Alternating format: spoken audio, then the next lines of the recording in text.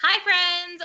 Welcome back to Getting Bookish, a podcast where we talk about our favorite things, books, and reading. I'm Liz, And I'm Shawna.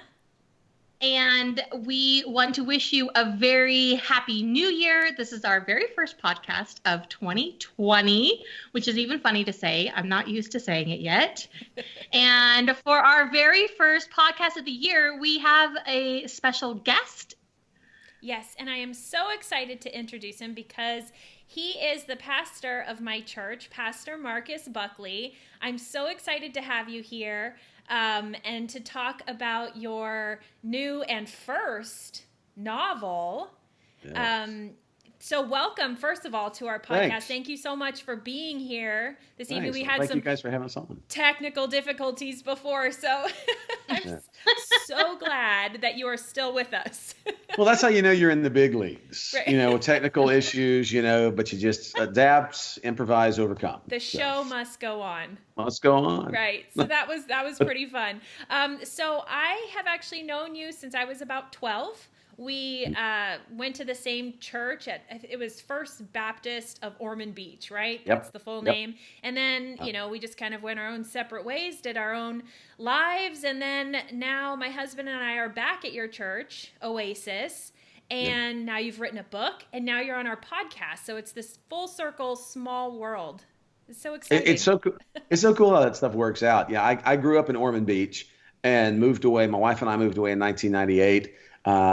We've had kids come along. We have 3 kids. Our daughters are 20 and 18. Our boy's 12. And we lived in South Carolina for a few years in Greer, which is right there between Greenville and Spartanburg, South Carolina, and moved back here to Ormond Beach about 3.5 years ago, where I'm the lead pastor of Oasis Church. And it's been fun coming back home and reconnecting with people and seeing how far some of us have traveled. I mean, you've literally gone around the world, but you come back and you reconnect with people, and it's just cool to see how all the gears fit together and moves things forward. So it's just really cool. It's neat stuff. It definitely is. So tell us a little bit more about yourself, hobbies. You mentioned your family and 3 kids and your job. So give us a little more detail.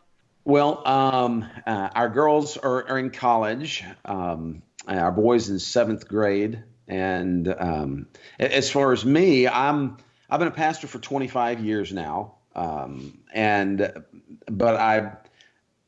I'm a car nut, and anybody that listens to me preach very long invariably figures this out because I use cars as illustrations a lot. But I love cars. I grew up around them. My mom and dad were big car people. They always had Corvettes and Trans Ams and cool old muscle cars. So naturally, I kind of gravitated toward that. But I've always been a comic book guy, particularly Batman. Batman is my absolute favorite. And it's what's really neat about the internet, in addition to us being able to do things like this, but I've gotten to be friends with a couple of guys that were my favorite writer and artist for Detective Comics, one of the Batman books, Chuck Dixon and Graham Nolan, who are actually the guys that created Bane, one of the big Batman villains. They co-created them. And so I've gotten to know them a little bit and got to be good friends with Graham online. We've met and it's cool to be able to this guy that 25 years ago, I was such a huge fan of his work. And a couple of years ago, he was in town and we got to go out to dinner and stuff. And I told him, I'm like, I'm just really kind of geeking out here, sitting at the table with this guy. You laughed about my Skype icon, that Batman close up. Cool. That's something that Graham drew. It was a cover of one of his books. So I love Batman stuff. I love cars. I am a Star Wars guy. I tend toward the original trilogy because I like Darth Vader. Mm-hmm. Of all the recent movies, Rogue One was my favorite because Vader was in it, So, but maybe not the usual sort of things that a pastor's interested in, right. but that's kind of always. Those are the things that I liked as a kid growing up, and I didn't originally. I had no intention of being a pastor. I wanted to go to law school, and I wanted to be an FBI agent, and God just kind of led me in a different direction. And kind of like saying, well, that's cool. That's cool that you want to be a lawyer. Yeah, that's nice. Now watch this. This is what you're going to do. Right. I went to Stetson University as a music ed major. And a guy that's a good friend of mine, he was a mentor to me when I was younger. he was a music ed major at Stetson, went on to Stetson Law School, became a very successful attorney. And so I was going to kind of follow that path. I was going to get my law degree, but I was going to go to work for the FBI because that was what I wanted to do. And then God kept opening doors and giving me opportunities, and I wind up pastoring a church. Because a lot of it was I wasn't sure that I was the mold to be a pastor. Most of the guys that I knew were pastors were very dignified and serious, and and that just wasn't me. And I was real fortunate in that I had a pastor, Dr. Roy Hargrave. He was a pastor at Ormond First and then Riverbend for years, and he was really influential to me during that formative time because he said, you don't have to be somebody else. God called you. So those talents, those abilities, those interests, God's going to use all that to make an impact. And so it's been really cool how that's played out over the years. I can't tell you how many people I've been able to share my faith with directly or indirectly because of comic books or because of going to cruise-ins with hot rods and doing smoky burnouts. In South Carolina where I was, they knew me as the burnout preacher because every car show we went to, I'd just smoke them going all the way out of the parking lot. But that's part of it. God's given me a lot of perhaps unusual interest for a pastor. Maybe they're really not as unusual as a lot of people think they are, because pastors are just people too. But it allows you to open up conversations and build relationships with people, and it tears down walls, tears down barriers. And so I really enjoy that stuff. Oh, and video games. I am a video game junkie too. I am basically 13 years old. You know what? You should have mentioned that at lunch the other day, because my husband is a massive video game nerd, and you guys could have swapped. All right, we're gonna swap. Does he play on Xbox? He does. We have every console of games now since having the kids. So I'm gonna have to get with Wes, and we're gonna have to share screen names. So Xbox. We're actually setting up a game room on the other side of our house for all of his consoles because we don't want to play around the kids. Fantastic. So he's quarantined off to the other side of the house. So. All right, so Wes needs to do a podcast so he and I can talk video games. Right. Exactly. Well, we're really excited that you're here, and we ask a couple of questions of everyone that we interview, and the first one is the hardest, I promise, and they get easier from here. But my first question for you is, what is your favorite book? And I will say, if you can't identify a single one, we're happy to hear your favorite genre as well. Well, of course, everybody expects that the pastor is going to say his favorite book is the Bible, but it's actually 66 books within one. But I know what you mean. I love to read, and I don't have the time to read for fun as much as I'd like to. Just for fun reading, my favorite is just so tough. But it is. It's the hardest question we will ask you tonight. Right. My favorite genre, I like Star Wars, but I'm not a science fiction guy. But one of them, and I mentioned it to you the other day, Shawna, was a book. I think it was called Lost Horizon. Mm-hmm. And it was a book I read in high school about a guy getting lost in the mountains, and he winds up in Shangri-La. And we had to read it in high school. And I meant to, after we talked about it, I actually meant to go and look it up, and I hadn't had a chance to. But everybody else, my buddies say, hey, this thing's boring. It's terrible. We got to write a book report on it. I started reading it, and I couldn't put it down. I loved it. It just drew me in. And I haven't read the book in like 30-something years. I told Shawna, I'm afraid to pick it back up because I'm afraid it won't be as good as I remember it. Yeah. But I did. I loved that book, and it really, in a way, it opened up reading for me. I've always loved to read, but it really opened up reading for me in a whole different way, and got me thinking about, I like the books I like, but there's stuff out there that may not be my genre, but it's still a good read. And I think part of what drew that in was the character. I connected with the characters. I didn't necessarily identify with him, but the characters were interesting and likable, and I wanted to see what happened with them, and the settings were interesting. I mean, it painted pictures that I could see. It just really is. There's just no way I could possibly nail down one favorite, because they're just it is just. It's funny. It's probably kind of rude that Liz and I do this to our guests, because our very first podcast was called The Impossible Question, and it was how much we dislike being asked that question of what's your favorite book, because it's like, well, it could be our favorite book for a season of life that we're in, or because of something else. And so it's a really hard question. So that's why we say kind of genre too. But you had said you like the Tom Clancy, the spy kind of novels, the fast action stuff. Yeah. Right. And as book people, this might drive you crazy, because it's always driven my family crazy. I read the end of a book first. No.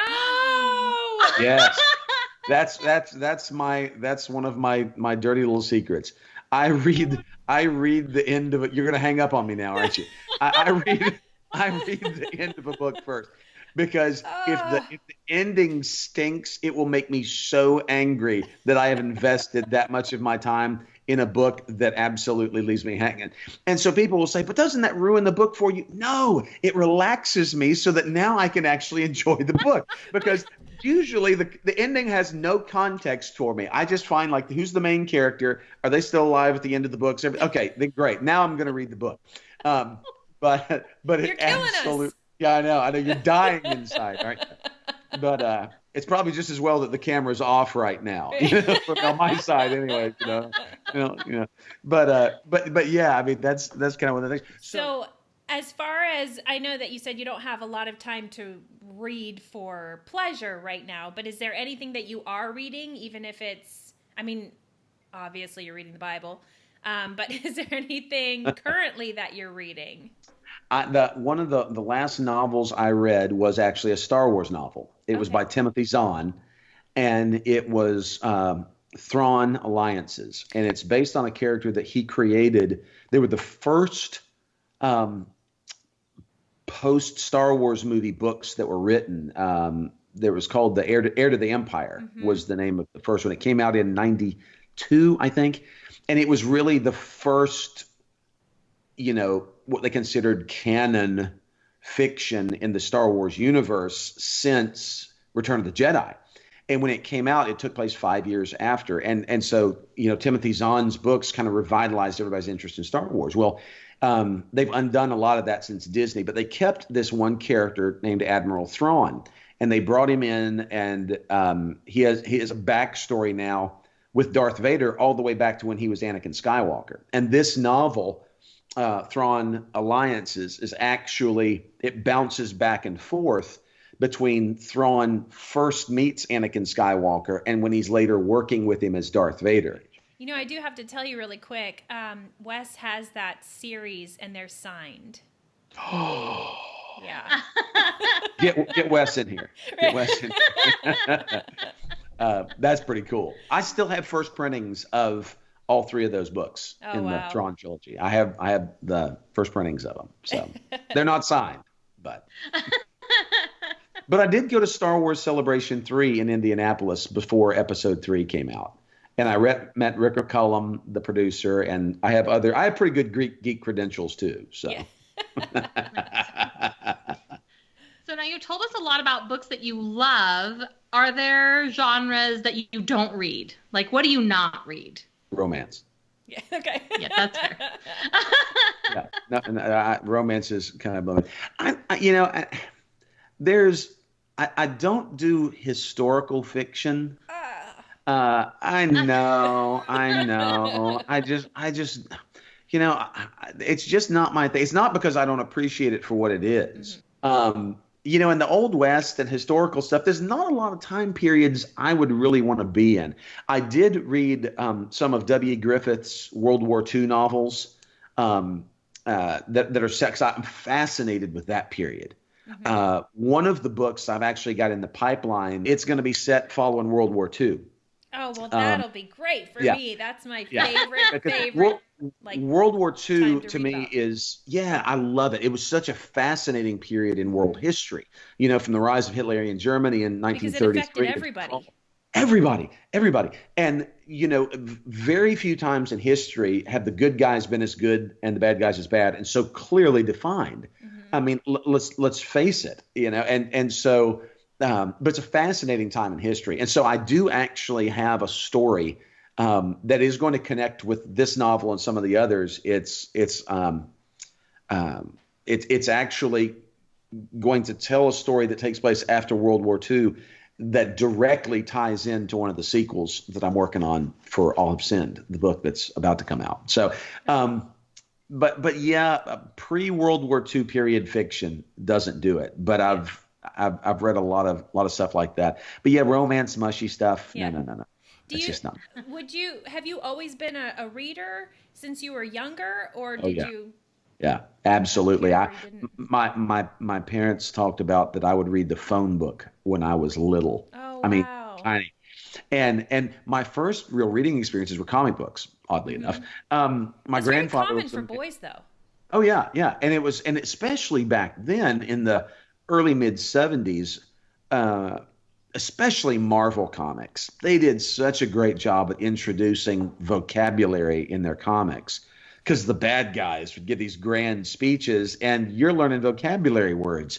There was a phrase in a Captain America comic where the bad guy, Captain America and the Falcon are cracking jokes while the bad guy's doing his thing, and the bad guys told them, such wit in the face of adversity is admirable, but futile, And I went to school in first grade and said that to my teacher, and they're like, "Do you know what those words mean?" I'm like, "Well, sure they do.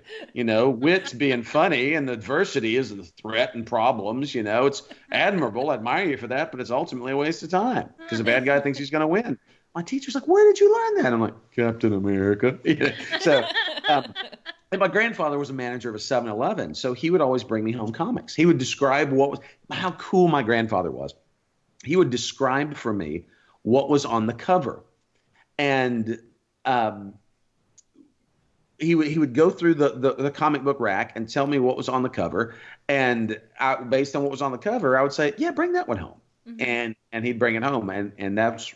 But I loved to read, and it developed a love for reading, and I do like to read a lot of things. I try not to get stuck. That's what I said. Try not to get stuck in one genre or another. But all right, so let's get into the meat of the interview, and what we're all excited to hear about, especially, is your book. So tell us the name of your book first of all, and give us a little bit of description about what it's about.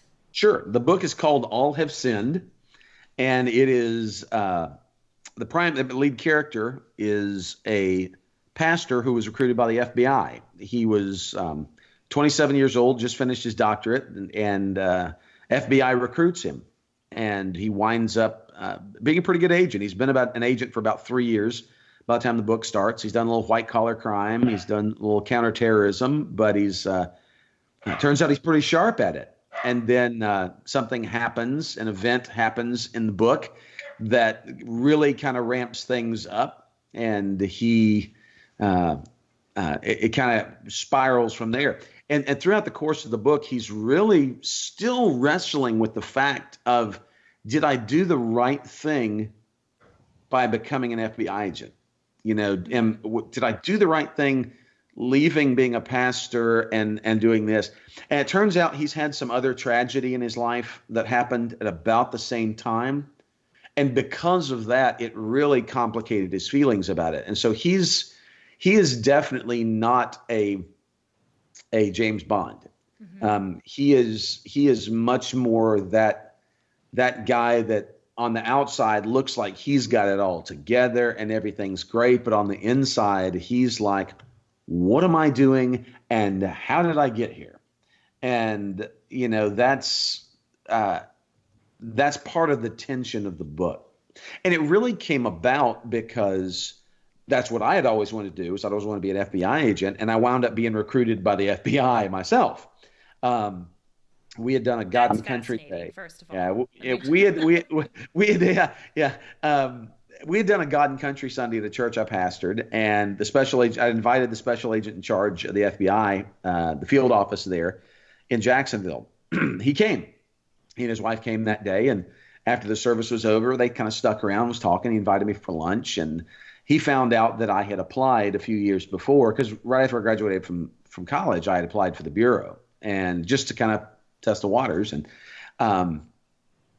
they had told me at the time I didn't have enough full-time work experience, but they were really interested in me to please reapply after I had that. Well, he pulled my file, and I found out that I had done that, I guess. And so he wound up recruiting me. I applied. I did the phase 1 test. A few weeks later, I did phase 1-2 interview and written test. And I had to run a mile and a half in less than 12 minutes and 30 seconds, which was a challenge for me. A huge, huge challenge for me. Leanne, my wife, is the athlete in the family. I always joke about that. She's the athlete in the family. And so she was a runner in high school. And so she understood track and field and distance running. And she did sprints and hurdles and cross, a little bit of everything. Wow. So she had to teach me about stride length and pace and all of that sort of stuff. Conditioning, because the first day I went out and ran a mile and a half, I thought, I'm going to die right here, right on this track. I am a dead man. They're going to find me laying here. And, but I did. I was able to do it. I ran that mile and a half in well under 12:30 and did my 100 push-ups, 100 sit-ups, and all that stuff was no problem. But every morning I was running 4 miles a day. Which, just never thought I would do anything like that. And so every morning I'm running, I'm getting up at 5:30 to go run. And I had to keep this a secret from everyone. Leanne was literally the only person in my life that knew this, because I couldn't tell anybody. And so every morning I had nobody I could share this with, nobody I could ask their opinions yet. I just said it. So every morning I'm praying as I'm running. And the first few weeks I was just praying, God, let me live through this run. After I got to where I knew I wasn't going to die, I said, God, I don't know what you want me to do, because I couldn't get clarity about it. I love being a pastor. I love preaching. I loved everything. But man, I wanted to be an FBI worse than anything in the world. That was my dream. Mm-hmm. And so every morning when I was running, I was like, God, I don't know what you want me to do. I don't know if you want me to be a pastor, an FBI agent, but whatever it is, just help me to be the best I can be at it. I don't want to let you down. I want to be obedient to what you've called me to do.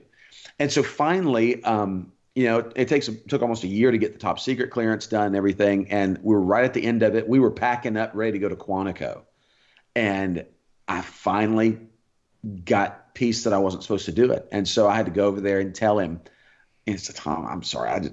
This isn't the thing. I can't do it. He's like, I get it. I understand, Wow. And that was tough, particularly the fact that just a couple of months later, September 11th happened. Oh, wow. And so when that happened, I really thought, man, maybe I made a mistake. But before I could do anything about it, because the Bureau had said, well, if you change your mind, we'll hold your application. You won't have to start all over the process, because we've come this far. We can get you back in. But they changed the programs. Mm-hmm. I was coming in under diversified, and after 9/11, they kind of changed stuff, and they were like, sorry, we're looking for other people now.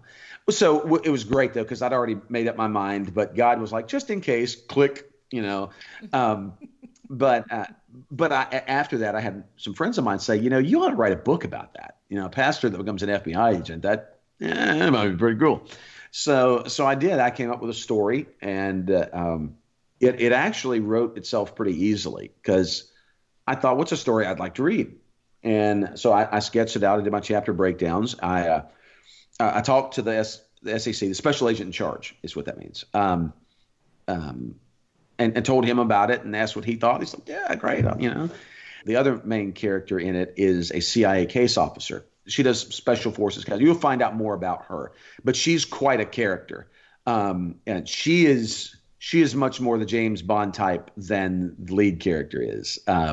He's still kind of getting used to it, and she is a well-oiled machine. She's a case officer for CIA now. And so I wanted to know more. I knew as much as you can know about CIA. So I called CIA headquarters, because what else would you do but call CIA headquarters if you got a question? And this is 2004. I called CIA headquarters, said, hey, my name is Marcus Buckley. I'm writing this book, and it's called All of Sin. And I've got a preacher turned FBI agent. I've got a CIA case officer. I want to make sure I'm getting everything right. They're like, okay, yeah, we have somebody that helps with that. We'll pass your information on. I thought, I'm never going to hear from them, but at least, nothing ventured, nothing gained. That's kind of one of my things in life. I just figure, well, what's the worst that can happen? They say no. The next day, my phone lights up with Central Intelligence on the caller ID, and I'm freaking out. I'm like, Central Intelligence. I'm running across the house trying to get to a quiet place, and the guy, is on the other line.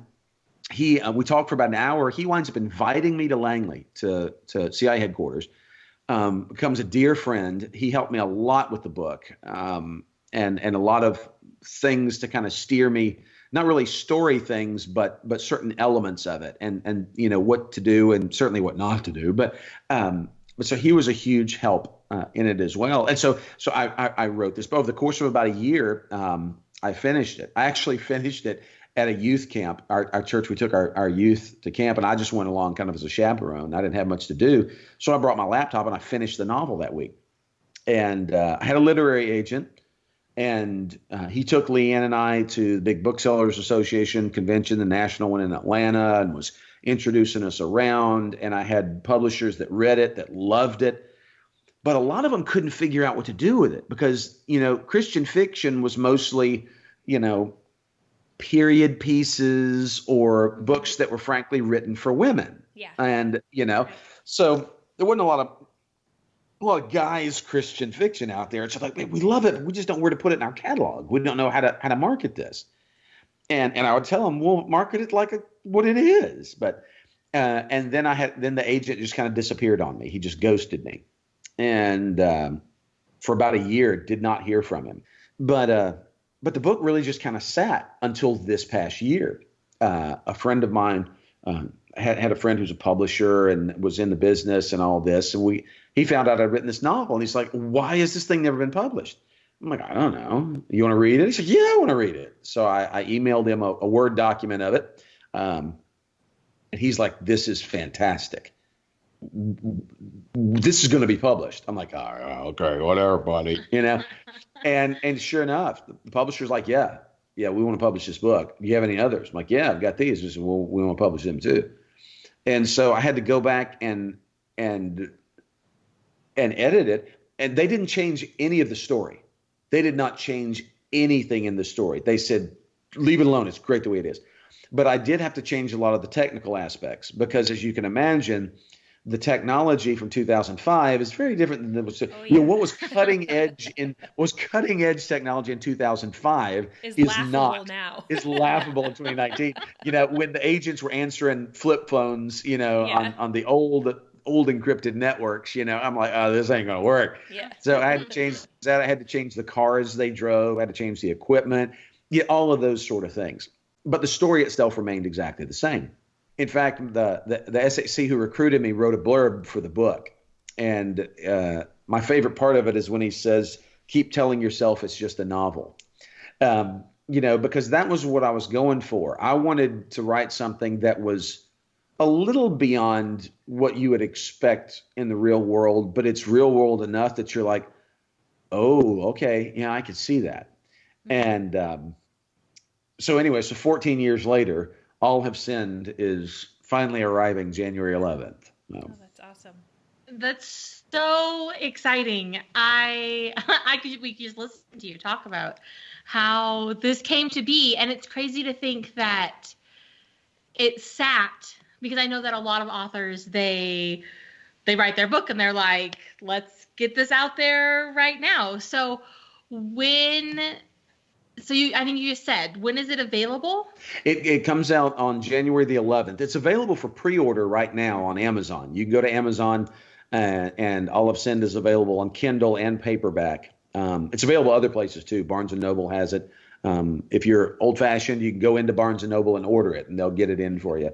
Tell them they need to stock it, though. Yeah. Tell them they need to stock that book.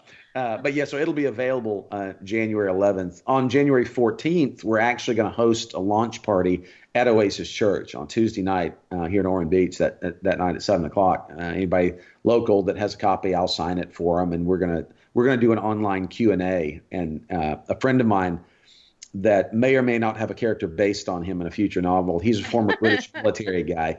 We're going to kind of talk about it on camera too, so that'll be cool. But yeah, it'll be actually available in your hands on January 11th. Awesome. Nice. Yeah. And like Liz was saying, like you started it in 2004, and you said you finished it in 2005. So since there was this long gap, did you ever just think it's just, it's just a hobby then? Nothing's going to happen because it's been 14, 15 years. Oh, yeah. Oh, absolutely. I thought, well, maybe God let me he let me go through all that so I could write this book and have it as a catharsis, kind of got it out of my system. And over the years, I have far more friends who are in federal law enforcement and the intelligence community and the military than I do who are actually pastors. Mm-hmm. I've been to CIA headquarters several times. I've been to Secret Service headquarters and training facilities, and I've been underground, peek behind the curtain. And, I've been able to see a lot of really cool stuff. And so I thought over the years, well, writing that book has opened a lot of doors for me, even though it never saw the light of day. Although the church I was pastoring at the time, they knew I was writing it. And so they were doing a fundraiser, and they said, why don't you print it? We'll put it in a 3-ring binder and we'll use it as a fundraiser. So we printed, I think, 50 copies of it. And, on the printer, 8.5 by 11, put it in a 3-ring binder. Yeah. And we sold them as fundraisers. We sold, I think, all 50 of them, maybe a couple of them I've got left. Oh, wow. But other than that, I was like, okay, well, maybe that's what it was for. Well, that'd be cool if somebody walked up to you with their original 3-ring copy and was like, can you sign this one for me? I will. If they do that, I will absolutely. I'm hoping I get to go do a signing in South Carolina because that's where it was. And so if anybody that has one of those copies, I will absolutely sign that one. Special copy right there. Thanks for sticking around. Yeah. And that'd be really fun because then they could read like the new updated version. That's right. As well. Instead of flip phones and Palm Pilots, they've got iPhones, iPads, and tablets. But that's right. But it does go to show that God's timing isn't always our timing. Mm-hmm. I thought this thing was done. And then out of nowhere this year, suddenly, and they told me, they said, you'll have a copy of it in your hands by the end of the year. I'm like, whatever. And sure enough, a week or so before Christmas, there it was, and I'm like, wow, this is actually happening. This is actually, why now? Why now? Why after 14 years since I finished it is the thing finally seeing the light of day? I don't know, but I know that God worked all of that out. One of my things is I don't like stuff that's hokey. Hokey just drives me crazy. That's what, frankly, I didn't like a lot of contemporary Christian music for a lot of years because it sounded like they recorded it on a Casio keyboard in their garage. And it just was like, it was just always the SNL version. Right. Right. Oh, come on. This is the best we can do. And finally, production values caught up. Mm-hmm. And my thing has always been, why do we have to be hokey to be faithful? Mm-hmm. Why does it have to be lame and weird and all of that? And so I didn't want this book to be that way. And so there's one place in the book that it does lay out very clearly what it means to be a Christian, how a person could be saved. Mm-hmm. Because one of the characters is remembering when they were a child how they were saved. It's part of the storyline, but it's an organic way. They're remembering that day and they're remembering that conversation. So I inserted it in a very organic way, but it's still there. But at no time does the book ever beat you over the head or come across as preachy or hokey or any of that stuff, because I wanted it to represent, there are a lot of believers who are federal agents, who are in the intelligence community, who are tier 1 operators and special forces and in the military and all this stuff. And they have to deal with life and death things. They have to reconcile, how am I as a believer supposed to love my neighbor? Now I'm sighting in on them. Mm-hmm. Through a rifle scope, or I'm sitting in front of a TV screen flying a drone and I'm about to erase somebody. How do I reconcile this? The guy that helped me with the novel from CIA, he was a case officer for 30 years. And, he told me, he says, my job was to lie, steal, and kill in defense of the United States Constitution. Yeah. How does somebody who's a believer, you have multiple identities. You're lying to people about who you are all the time. How do you reconcile, undercover work and wet works, and how do you reconcile all that stuff as a believer? People have to do that every day. And so that was one of the elements too that I wanted to introduce in this book, that these are not cardboard cutouts. These are, particularly the lead character is just really wrestling with it, because that's some of the stuff that I wrestled with. If I become an FBI agent, most FBI agents never draw their weapon in anger. Most of them, the only shooting they'll do is at the range. But you just don't know that. Anytime you strap on a firearm and a badge, the assumption is you may have to use your training. Yeah. And, what's that like? Most people don't understand that. They don't think about that. And so I wanted to kind of incorporate that in with it too. You know what I like about this also is that, my boys are little, but as they get older and older teenagers, I would imagine, and they because boys just gravitate towards that action and that shooting and that spy stuff. But I wouldn't particularly want them to read a Tom Clancy book because it has all the other stuff in it that I just don't think that they need to be open to. But they could still take a book like yours and get all that. But it also has a message that I would be wanting them to learn at the same time. So I think that that's great too, because I don't feel like, and maybe I'm wrong, but I don't feel like there's a big market, like you had said before, for Christian men, and maybe especially even Christian young men. Right. There was never really anything out there, because all I would hear was, I can't believe that you would read comic books, and Batman, he looks like the devil. Why would you read? Come on, what else is there? There's nobody that has stepped up other than Bible Man. I mean, come on, and no disrespect, but really, that was the best you could come up with. Was there really a Bible Man? There was a Bible Man. Google it. It's a purple nightmare. And you wonder why we get made fun of. This is why we get made fun of. Right. This is why we do it's just, I'm like, come on.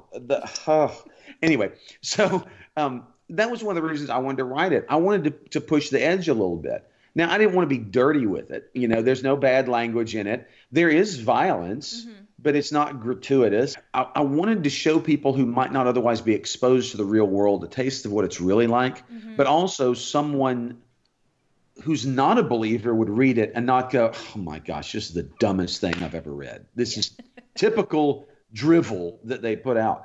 The best compliment I got on it from someone that read it, that got word back to me, said that the person read it said either Marcus has done this or he knows people that has. And so that was the best compliment I could get on the sequence of some of that stuff. And it's a little bit of both. Yeah.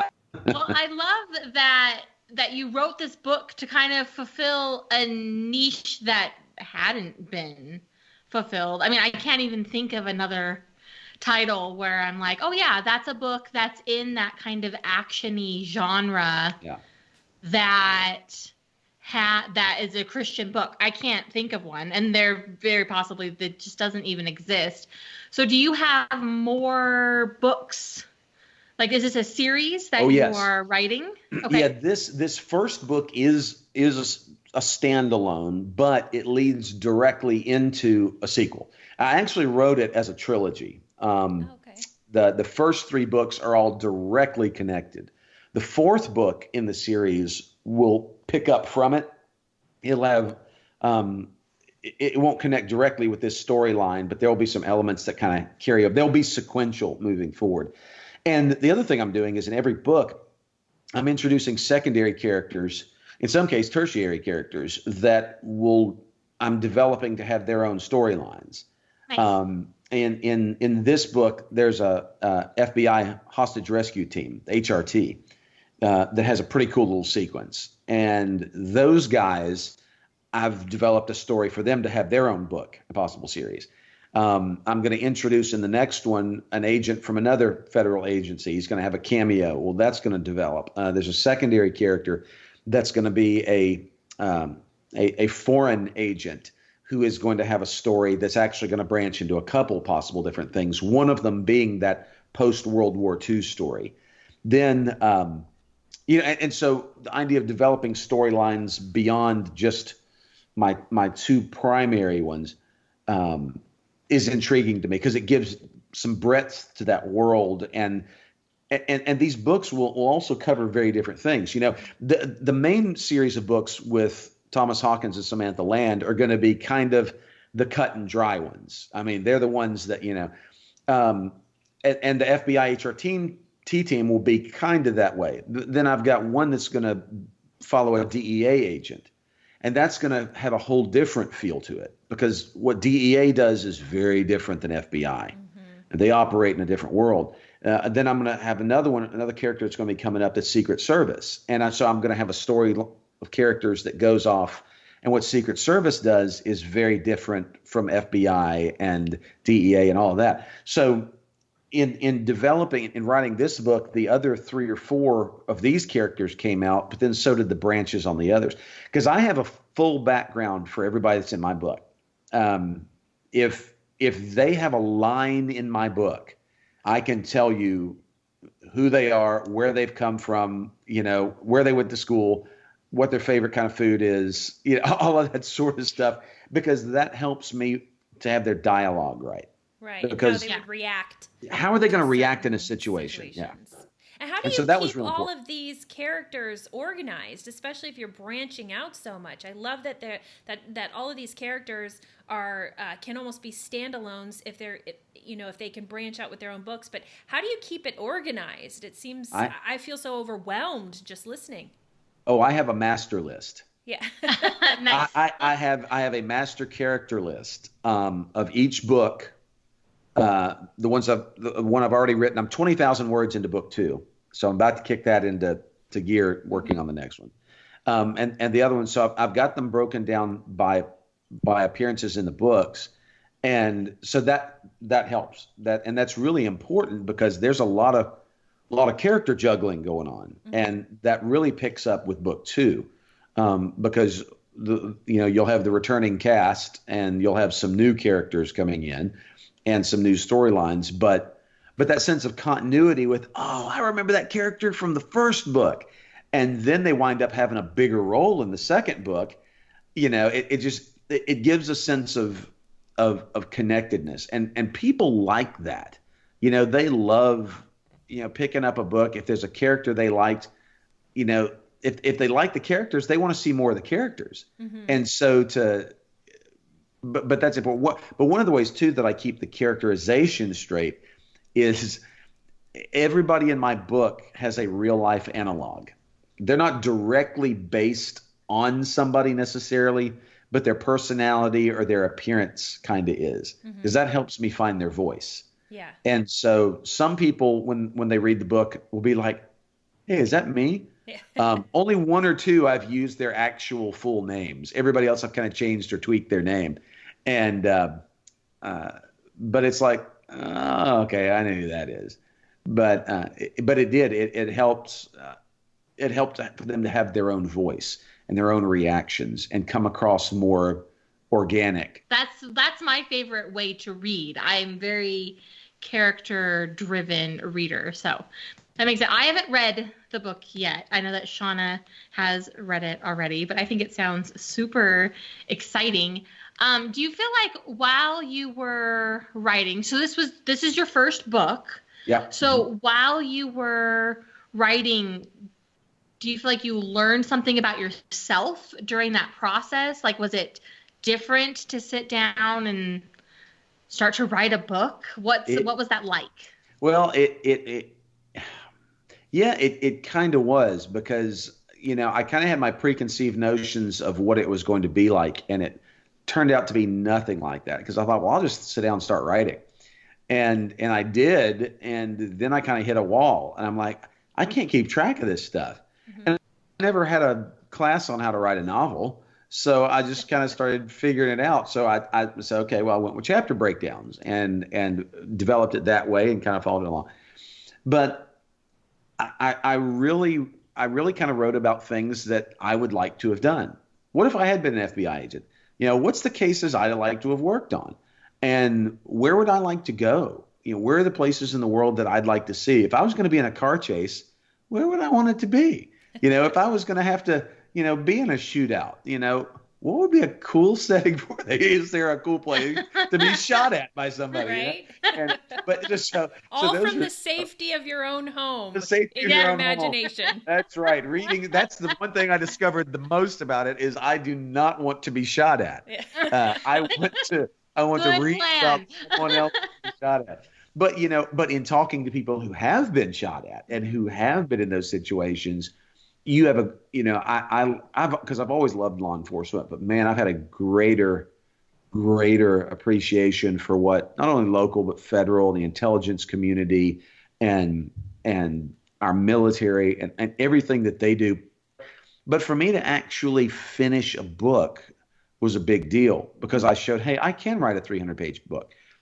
Which I would wind up having to do when I wrote my doctoral dissertation, because it wound up being about 300 pages.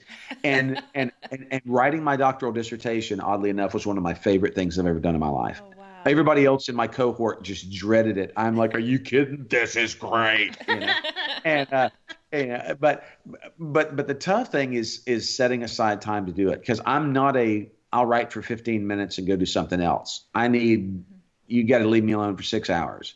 Well, that's what I was going to ask is, what do you think was the most difficult part of writing a novel? Is it that time that you need to write it, or was it something else?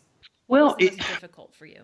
Time to write it, but also making sure it was not terrible.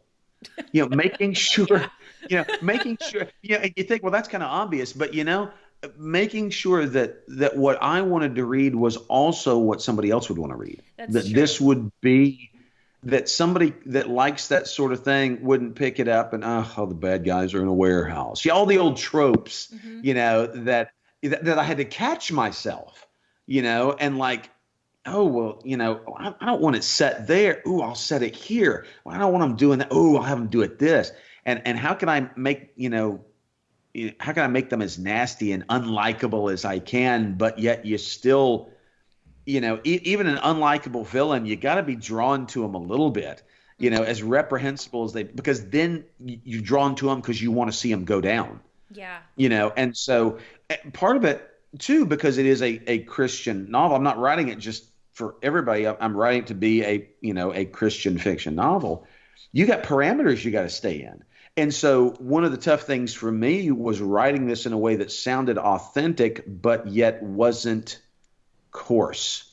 Because most people in law enforcement, the intelligence community, soldiers, stuff like that, it doesn't occur to them not to use bad language. They don't think about that. They don't say, "Oh, shucks," and "Oh, phooey," "Oh, pickles." They don't do that. And so what I actually did on a lot of the dialogue for certain characters, I wrote it the way they would actually say it. Because people I know that are in that world, that's just how they talk. They don't consciously think, well, I'm going to cuss in my next sentence. It just comes out. Mm-hmm. And so when I would write the dialogue, I would write it that way. And then I would say, okay, how can I present this in a way that's not offensive and undermining the very purpose I'm doing this? I want it to be authentic, but I don't, you can't have, they know where the bad guy is and they've got a lock on him. We got all the evidence we need. They're not going to say, "You go get that bad man. He's a bad man. Get him." They're not going to say that. So how do you phrase that in a way that is authentic, but not off-putting? I'm excited to read it. And so was my dad. I was telling him about it and he was like, "So where can I find this book? When can I get it?" And so he's also excited. Oh, that's awesome. Well, good. Yeah. Good. Tell him to buy copies for all of his friends. Tell his friends. I will.